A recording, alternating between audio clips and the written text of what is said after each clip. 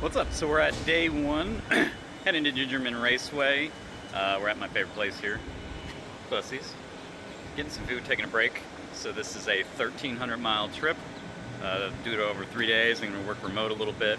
We'll go over some of the tow vehicle and stuff throughout the trip here. But heading to Forsyth KOA for the first campground stop. And yeah, let's get back on the road.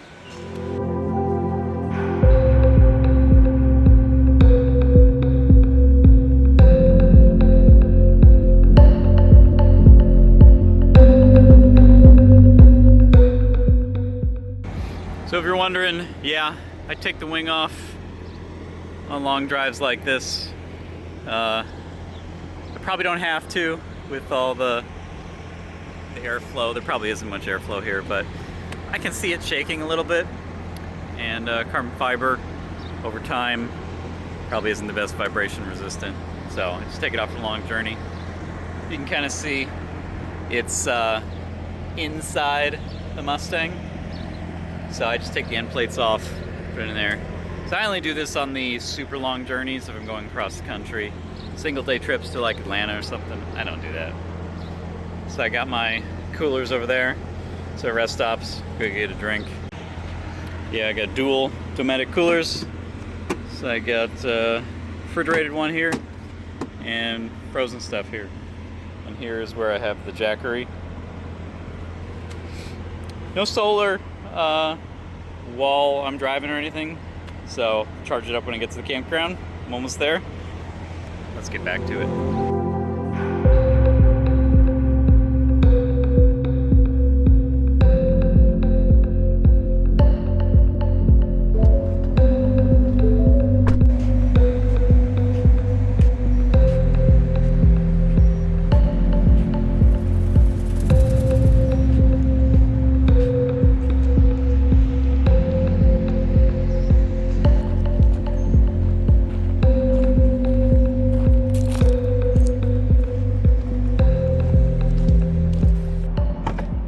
On longer trips, but it will actually block the lights that are built into this thing here.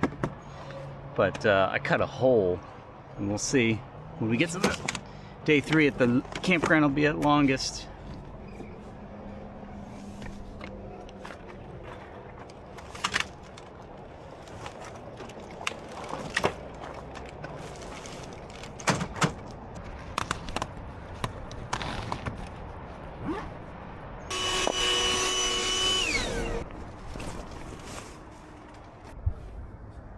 Ta-da!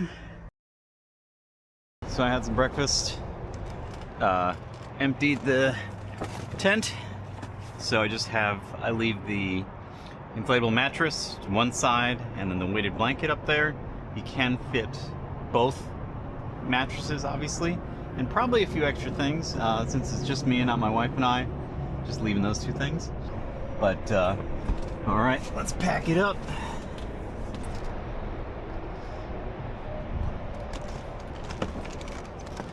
So the hardest part about doing all this is the ladder,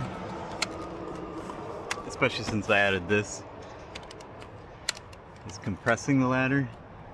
It's a little bit on the sketch side, because then I gotta go up here, use this thing,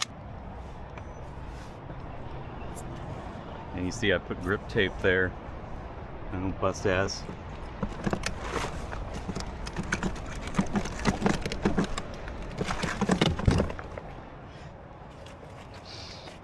And then kind of what happens here is as you pull this down, it's kind of like eating a sloppy Joe sandwich. It kind of oozes out the side. All right. So it takes about the same amount of time to set up as it does to close down, about 10 to 15 minutes. And hardest part is just all my extra crap. So we have one more interim night, I like to say, where I don't really set much up. But when we get to the campground we're going to stay for 4 nights, we'll show you what this does. But yeah, pretty much just pack up the power. Jackery has been charging. Pack up my towels bin, and good to get going. Let's get on the road.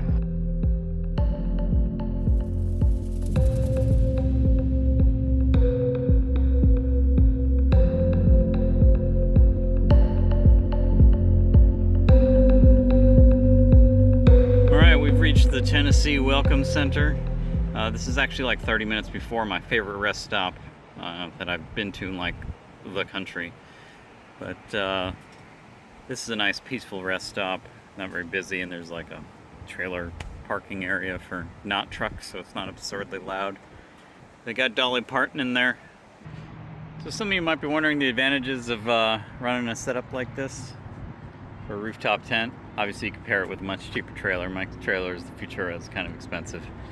But running the rooftop tent, first of all, like RVs and stuff, build quality is awful.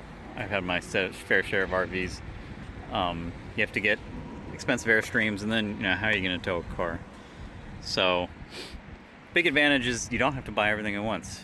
You can get, this is actually a fairly bone stock truck, with the exception of the tech package and tow package. And yeah, it's Coyote cloth seats.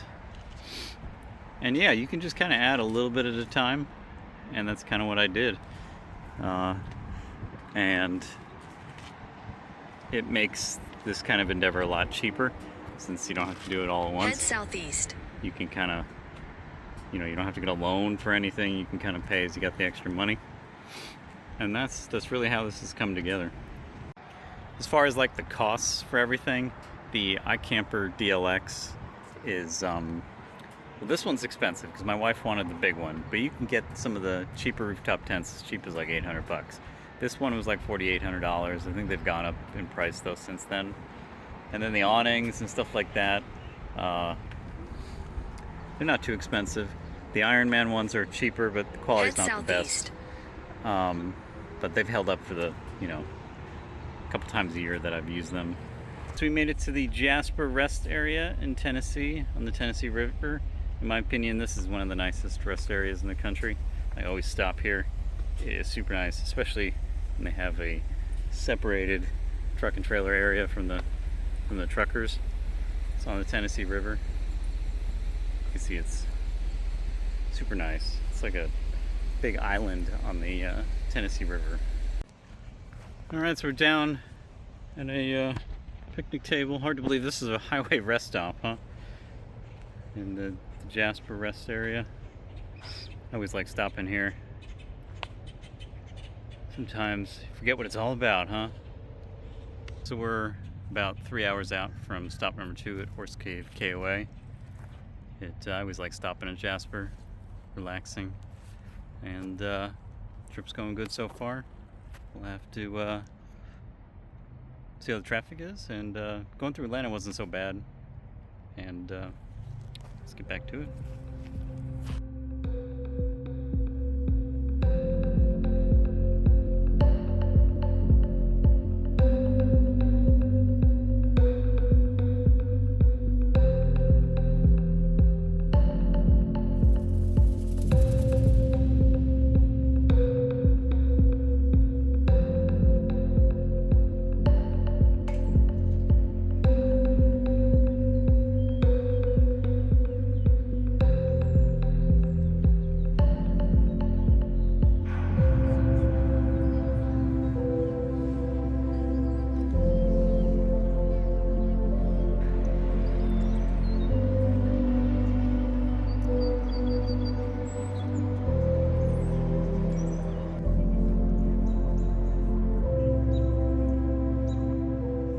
we're all packed up at Horse Cave KOA.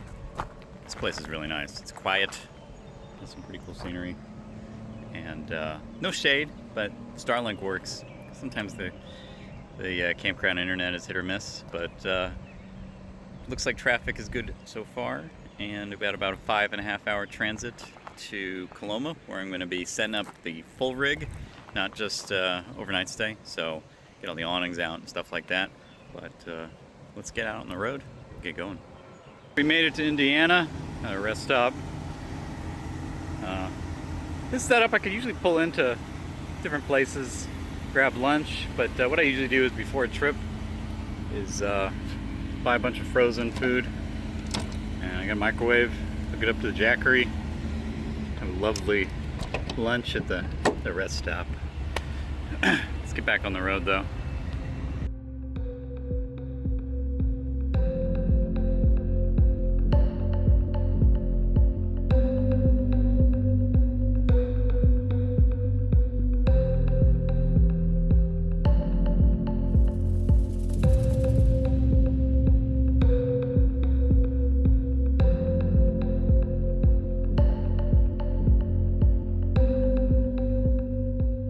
We have arrived at the Coloma KOA. They gave me kind of a wide spot versus a long spot. A little bit different than last time. Don't have any footage of me setting up. Unfortunately it got dark by the time I talked to everybody here. I guess they remember me from last year and asking a million questions how the race went, which last year of course blew up the motor. So I got the awning room set up. Kind of looks like a shanty town in my opinion, but it's actually really cozy. It's an Ironman 4x4 cheap awning with an awning room, and then I just kind of made an adapter by cutting a hole in the roof. I did forget to put the roof down, or the floor down. It was way too late by the time I realized I forgot to do that. And I've been using my air conditioning in here when editing video and stuff and working. That way it's actually nice in here. It works okay. I have to kind of cover up the hole in the roof, but you can see up there's the camper. Yeah, and these flaps all closed and stuff. And this worked great because it absolutely poured last night. And you know, I need to warm up some tea. Got the microwave right here. So, seems to work out pretty good, and I think I'm going to do this with the wife. Obviously I won't have, at Disney I won't have the work stuff, so I'll probably just put some of the storage bins and stuff there. But I got one more day working remote, and then head to Gingerman, but give you a little tour of the campground, and then start getting packed up for Midwestfest. So in general, KOA has two different types of stops. You have the journeys, which are kind of cheaper, less amenities, and meant for kind of just one-night stayovers, which is like the first place I stayed at Forsyth with this journey. And this is a destination. So destinations have a lot more activities. This is the biggest one I've been to. It probably has the most amenities. They have like actually pretty good food and desserts and snacks. You can rent those carts and stuff. You got the bounce pad, of course. I'll probably break my ankle because I'm almost pushing 40 now. Lots of stuff for kids. This one has like tennis courts and shit, and a playground. So, clubhouse and stuff over there, and pretty nice like nature trail and stuff too. So, get some exercise in. So one of the questions I get a lot staying at the campground like this with the rooftop tent is it even allowed? And the answer is yes, but you have to be careful about the spot you pick. You cannot do this in a full hookup spot. It's the rules in most KOAs specifically forbid having any ground tents in a full hookup spot. Technically the rooftop tent is not a ground tent, but especially like with the awning room thing I set up, it's kind of pushing the rules a little bit, and I've never been yelled at. I've been doing this for 2 years now. So one of the other things you can do if you're not trailering too is you can stay at these little huts and stuff. They're pretty comparable to a hotel. I've never actually stayed at one before. I think you could technically, I think they give you 2 parking spots, so you could technically disconnect your trailer and use these 2 if you don't have a rooftop tent. And it still would be safer than a hotel because you're parked right outside, and it's probably comparable then to like an Airbnb where your trailer's parked right outside, and it's a little bit safer than a hotel where you may be kind of far away from your truck and trailer, and those are kind of hot spots for stuff being stolen. Alright, so before we head off to Midwestfest, I'm going to put the wing back on the car, get everything set up. Check-in day at Gridlife is always absolute chaos, so I'm going to try and film as much as I can, and we'll see what happens. Alright, we've made it to Gingerman. Got the whole site set up. It does look like it's going to rain in a little bit, so got to cover up the Hoglet and the lovely hood vents on the Mustang. But, nope, got the splitter on. Everything's ready for the first session of the day. I'm going to be camping here. Track's over there. Thankfully, I think I'm in a quieter section than last year. Maybe I can actually get some sleep in the rooftop tent. It's a nice time of the year up here. It's not incredibly hot like it is in Florida, so I do have air conditioning, as you've seen, in the rooftop tent. Got my Ironman 4x4 awning set up here. Let me go relax, hang out, and get ready for day 1. Alright, so day 1 here at Gridlife. We got the site set up. Using my Jackery solar panel. Not working that great though. But got the campsite set up. Last night was an absolute chaos with the weather. But my awning and everything held up. Nothing ripped apart. So you can kind of see the setup here. I got tools and everything, shade, all my food and gear and stuff. Got the shower, because the shower here at Gingerman is god awful. And the reason I bring the Hoglet is I fill one of my bins with water. It's 30 gallons of water for the Julka. Nice hot shower at the end of the day. And can wash my hands and stuff.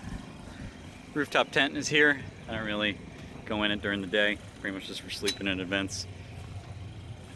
But yeah, let's go look at the car. Okay, so 2 sessions in on day 1. Car's doing good.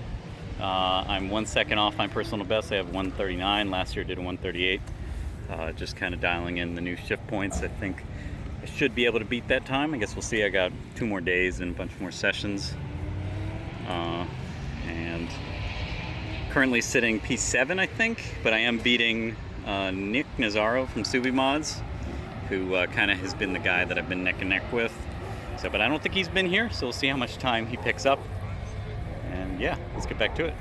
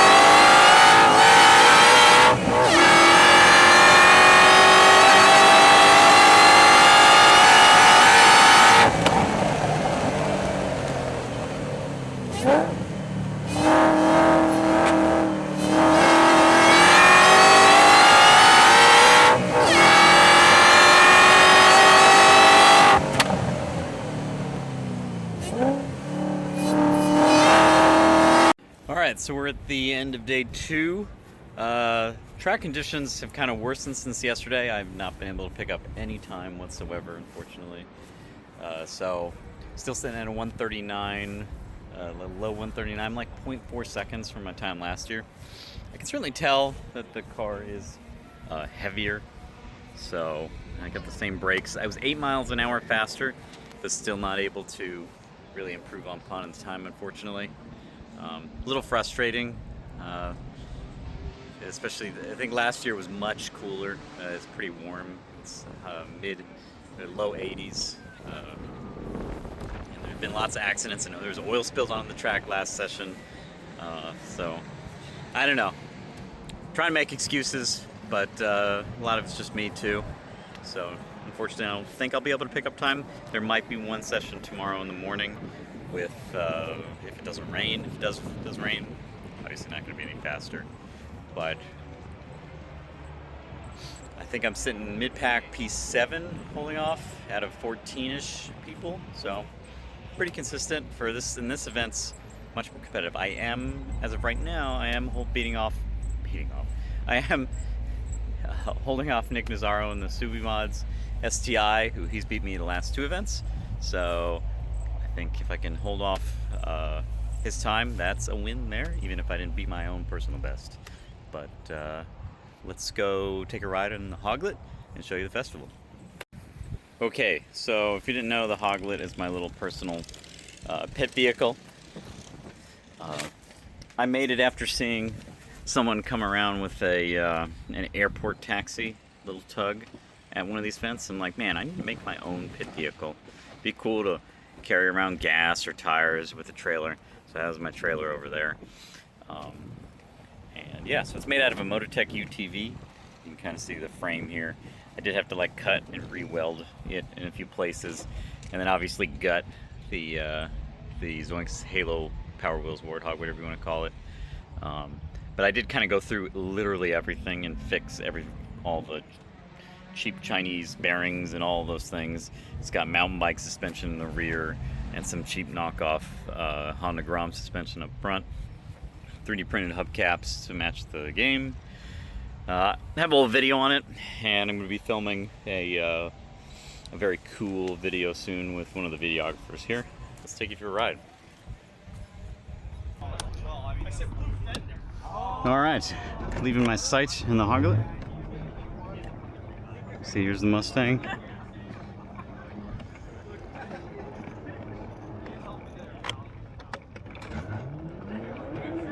Take you on a tour of the Gingerman Paddock.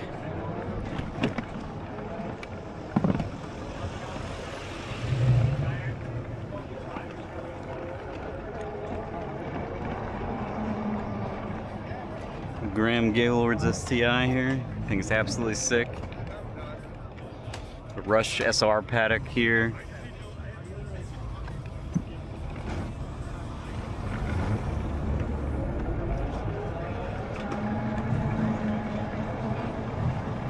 Think about getting one of the Rush SRs. We have Cal's car. It's kind of the competitor to me, a little bit faster. More Rushes. Ice cream truck. Got Tim Lutz's car. I'm always kind of neck and neck with him.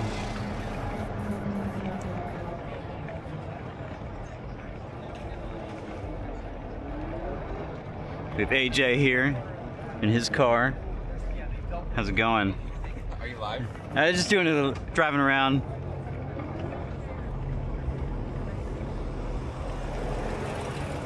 I'm on the wrong side of the road here. Try not to get run over.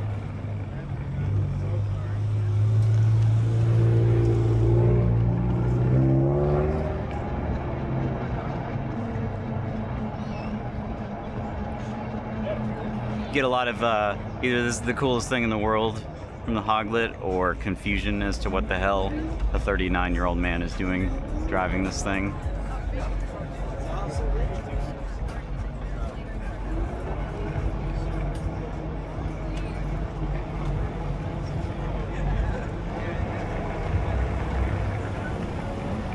We got the Subi Mods crew over here. Looks like they're packing up a little bit.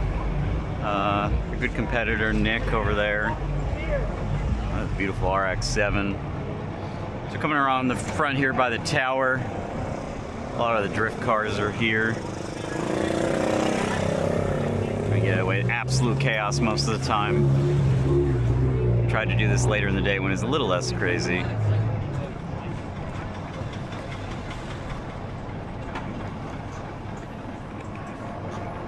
Yeah, everyone's on the wrong side here. More drift cars. Got the tower here. People never paying attention.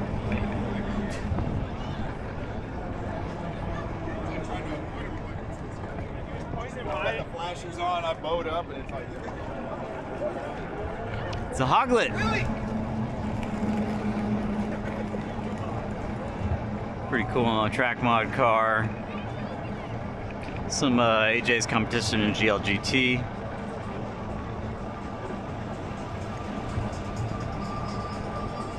Some more unlimited cars.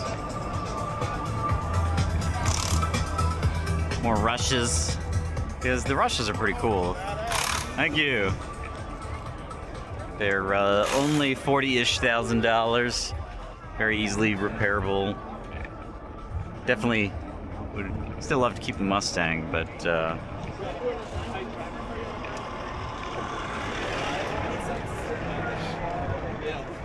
way I can still race while I'm tweaking the Mustang or the Mustang's down. Get some anime titty energy here with the Maserati powered S2000. I didn't think you'd ever say that in a sentence.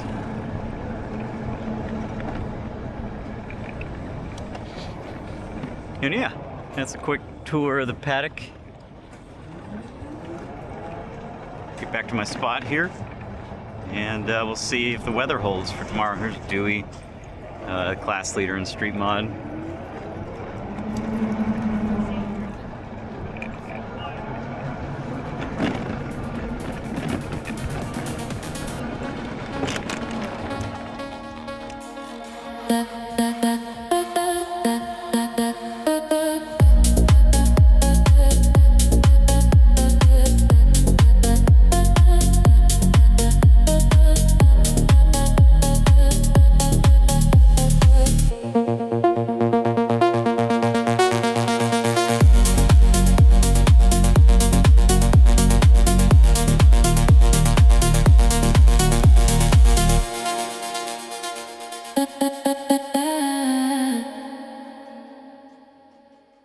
Alright, so it's the morning of day 3. It is raining. Still haven't been able to beat my time from the very first hot lap for the very first day. So it looks like that's not going to happen. Normally I'd go out in the rain here, but I have my PCV issue with the, I'm not running a catch can. Seems to be getting worse. I'm not sure why. So I think I'm going to call it. And as soon as it stops raining, start packing up for the drive home. Alright, so if you made it this far, I want to thank you. Obviously, made it home safe. It was actually one of the most boring trips home. Absolutely nothing exciting happened, which is a good thing. At the end of the event, I didn't do any better. P7. I did beat Nick Nazzaro for points, so that was a big win there. I'm sitting P3 in points overall. Unfortunately, that was probably my last event for Gridlife for this season. I'm going to Japan instead of Lime Rock, so certainly going to have some cool card content there because I'm going to do some kind of driving experience thing. But a lot to work on the Mustang. Since I'm going to have a lot of downtime, I want to do a lot of things that I kind of skipped over with the motor build, like racing fuel tank, getting the car real light. As you saw in the video, I was kind of complaining about really feeling the weight of the car in those sweepers. So I want to get the car lighter, more refined, and I want to get closer to Cal and his AMG GTS. So yeah, you can also see in the background the Volkswagen motor. Right before I left for Gingerman, we blew that up, so that was fun. But yeah, that was certainly, just thank you again for watching. That was probably one of the longest videos I've done. and I pretty much filmed, edited, and did everything myself with the exception of Ryan's cam work at the beginning with those kind of cinematic shots.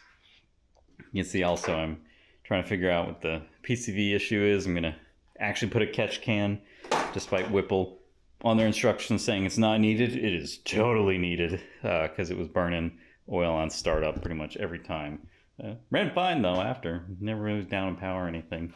And already got one oil sample report and it's good. So with that, gonna get back working on this and lots more content coming. Thanks for watching.